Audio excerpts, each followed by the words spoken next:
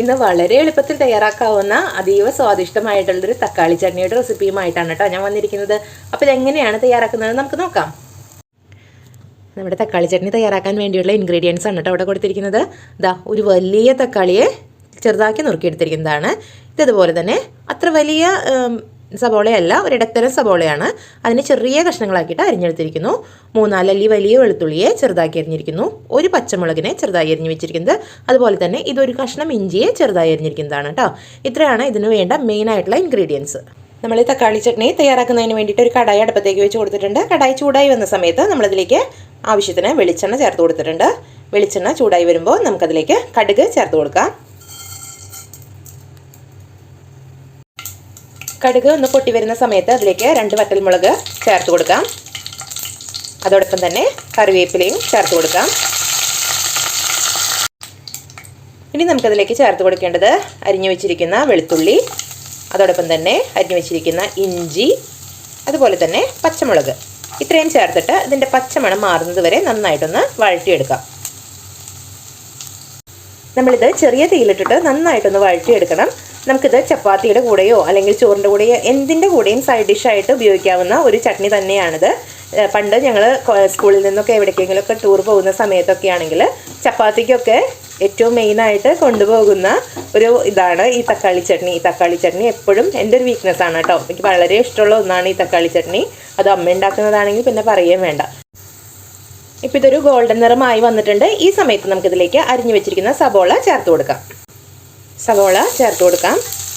സവോളയും നന്നായിട്ട് വഴന്ന് വരണം. ഒരു ഗോൾഡൻ നിറമാവുന്നത് വരെ തന്നെ സവോളയെ നമുക്കിത് വഴറ്റിയെടുക്കേണ്ടതുണ്ട്. കാരണം ഇത് 2 ദിവസം വെച്ചാലും കേടാവാത്ത ഒരു ചട്നിയാണ്. അപ്പോൾ അതിന് വേണ്ടിയിട്ട് നമ്മൾ സവാളയും എല്ലാം തന്നെ നന്നായിട്ടൊരു ഗോൾഡൻ നിറമാവുന്നത് വരെ തന്നെ വഴറ്റിയെടുക്കണം. അതുപോലെ തന്നെ നമ്മളിതിൽ ഒരല്പം പോലും വെള്ളം ചേർക്കുന്നേ ഇല്ല. അതാണ് ഇതിൻ്റെ മറ്റൊരു പ്രത്യേകത എന്ന് പറയുന്നത്. ഇതെല്ലാം ഈ എണ്ണയിൽ കിടന്ന് തന്നെ വഴന്ന് വരണം. ഇപ്പോഴത്തെ കാലത്താണെങ്കിലും നമ്മൾ എവിടെ പുറത്ത് പോവുകയാണെങ്കിലും പുറത്തു നിന്നാണ് ഭക്ഷണം കഴിക്കുന്നത് അല്ലേ. പണ്ട് പക്ഷെ അങ്ങനെയൊന്നും ഉണ്ടായിരുന്നില്ല. എൻ്റെയൊക്കെ ചെറുപ്പത്തിൽ എപ്പോഴും വീട്ടിൽ നിന്ന് നമുക്ക് പാക്ക് ചെയ്ത് കൊടുത്തയക്കും. എവിടേക്കെങ്കിലും പോകുന്ന സമയത്ത് ഭക്ഷണം സ്കൂളിൽ നിന്ന് എന്തെങ്കിലും ആവശ്യങ്ങൾക്കൊക്കെ നമുക്ക് പുറത്തേക്ക് പോകേണ്ട ആവശ്യങ്ങളൊക്കെ ആണെങ്കിൽ പോലും നമുക്ക് ഭക്ഷണം എപ്പോഴും അമ്മ ടിഫിൻ ബോക്സിൽ പാക്ക് ചെയ്ത് തരികയാണ് പതിവ്. അതല്ലെങ്കിൽ നല്ല വാഴയിലയിൽ വാട്ടിയിട്ട് കൊടുത്തയക്കും. പക്ഷെ അതിൻ്റെ ഒരു ടേസ്റ്റ് ഉണ്ടല്ലോ. ഇപ്പോൾ അത് ആലോചിക്കുമ്പോൾ ഇപ്പോഴും നമുക്ക് വായിൽ വെള്ളം വരുന്നു. അപ്പോൾ അതിൽപ്പെട്ട ഒരു മെയിനായിട്ടുള്ളൊരു ഡിഷ് തന്നെയാണ് ഈ തക്കാളി ചട്നി എന്ന് പറയുന്നത്. ഇപ്പോൾ നമ്മുടെ സവാളയും നന്നായിട്ടൊരു ഗോൾഡൻ നിറമായി വന്നിട്ടുണ്ട്. ഈ സമയത്ത് നമുക്കിതിലേക്ക് മസാലപ്പൊടികൾ ചേർത്ത് കൊടുക്കാം. ഇതിലേക്ക് ഒരുപാട് മസാലകളൊന്നും ചേർക്കുന്നില്ല. ഒരല്പം ഒരു 1/4 ടീസ്പൂണോളം മഞ്ഞൾപ്പൊടി ചേർത്ത് കൊടുക്കുന്നുണ്ട്. അതോടൊപ്പം തന്നെ 1 ടീസ്പൂൺ മുളക് പൊടിയും ചേർത്ത് കൊടുക്കുന്നുണ്ട്. ഇത്രയും മാത്രമാണ് നമ്മളിതിലേക്ക് ചേർക്കുന്ന മെയിനായിട്ടുള്ള മസാലകൾ എന്ന് പറയുന്നത്. ഇതിനെയും നന്നായിട്ട് പച്ചമണം മാറുന്നത് വരെ നന്നായിട്ടൊന്ന് ഇളക്കി കൊടുക്കണം. ഇതും ഈ ചെറിയ തീയിൽ കിടന്ന് തന്നെ നന്നായിട്ടൊന്ന് മൂത്ത് വരണം കേട്ടോ. അതിനുശേഷം മാത്രമാണ് ഇതിലേക്ക് നമ്മൾ തക്കാളി കൂടി ചേർത്ത് കൊടുക്കുന്നത്. ഇപ്പോൾ ഏകദേശം ഇതിൻ്റെ ഒരു പച്ചമണമൊക്കെ ഒന്ന് മാറിയിട്ടുണ്ട്. എന്നാൽ ഇത് കരിഞ്ഞു പോകാനും പാടില്ല. അതും നമ്മൾ പ്രത്യേകം ശ്രദ്ധിക്കേണ്ടതാണ് കേട്ടോ. ഇനി നമുക്കിതിലേക്ക് തക്കാളിയും ചേർത്ത് കൊടുക്കാം.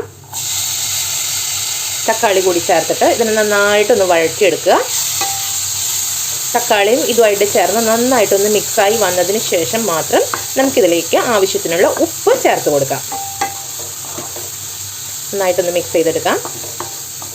ഇനി നമുക്കിതിലേക്ക് ആവശ്യത്തിനുള്ള ഉപ്പ് ചേർത്ത് കൊടുക്കാം. ആവശ്യത്തിന് മാത്രം ഉപ്പ് ചേർത്ത് കൊടുക്കുക. പിന്നീട് ആവശ്യമുണ്ടെങ്കിൽ നമുക്ക് ചേർത്ത് കൊടുക്കാവുന്നതാണ്. കാരണം ഈ തക്കാളിക്കും പുളിയുള്ള തക്കാളി ആകുമ്പോൾ ഉപ്പ് ചിലപ്പോൾ കുറവായിരിക്കും. അവസാനം നമുക്ക് ഒന്നും കൂടി നോക്കിയതിന് ശേഷം മാത്രം ഉപ്പ് ചേർത്ത് കൊടുക്കാം. ഇത് നന്നായിട്ട് ഈ ചെറുതീയിൽ കിടന്ന് നന്നായി ഒന്ന് വാടി വരണം.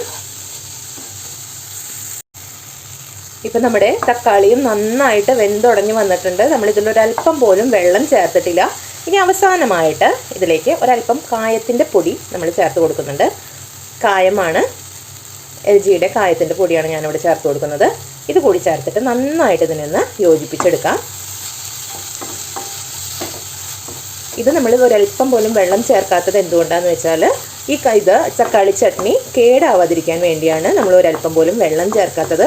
എണ്ണയിൽ കിടന്ന് തന്നെ ഇത് വഴന്ന് വന്നതുകൊണ്ട് തന്നെ ഇത് 2 ദിവസം വരെ കേടാവാതിരിക്കുകയും ചെയ്യും. അപ്പോൾ അതുകൊണ്ട് എല്ലാവരും ഇതൊന്ന് ട്രൈ ചെയ്ത് നോക്കണം കേട്ടോ. നല്ല എളുപ്പമാണ്. ഒരുവിധം എല്ലാവർക്കും അറിയാവുന്ന റെസിപ്പി തന്നെയായിരിക്കും. എന്നാലും നിങ്ങൾ ഇതൊന്ന് ട്രൈ ചെയ്ത് നോക്കുക. നല്ല ടേസ്റ്റാണ്. ചപ്പാത്തിക്കോ അല്ലെങ്കിൽ നമുക്ക് ചോറിനോ ഒക്കെ ചേർത്ത് കഴിക്കാൻ പറ്റുന്ന, അതല്ല ദോശയ്ക്ക് പോലും ചേർത്ത് കഴിക്കാൻ പറ്റുന്ന നല്ലൊരു കോമ്പിനേഷൻ തന്നെയാണിത്. എല്ലാവരും ഇതൊന്ന് ട്രൈ ചെയ്ത് നോക്കണം. നിങ്ങളുടെ വിലയേറിയ അഭിപ്രായങ്ങൾ പറയാനും മറക്കരുത്. കണ്ടോ, വളരെ എളുപ്പമാണ്. നന്നായിട്ട് വെന്ത് വന്നിട്ടുണ്ട്. നമുക്കിത് ഇനി സെർവ് ചെയ്യാവുന്നതാണ് കേട്ടോ. വളരെ എളുപ്പത്തിൽ തയ്യാറാക്കാൻ പറ്റുന്ന ഒരു തക്കാളി ചട്നി ഇവിടെ തയ്യാറായിട്ടുണ്ട്. എല്ലാവരും ഇതൊന്ന് പരീക്ഷിച്ച് നോക്കണം. നിങ്ങളുടെ അഭിപ്രായങ്ങൾ പറയാനും മറക്കരുത്. അപ്പോൾ അടുത്ത വീഡിയോയിലൂടെ നമുക്ക് വീണ്ടും കാണാം. അതുവരേക്കും ബൈ ബൈ.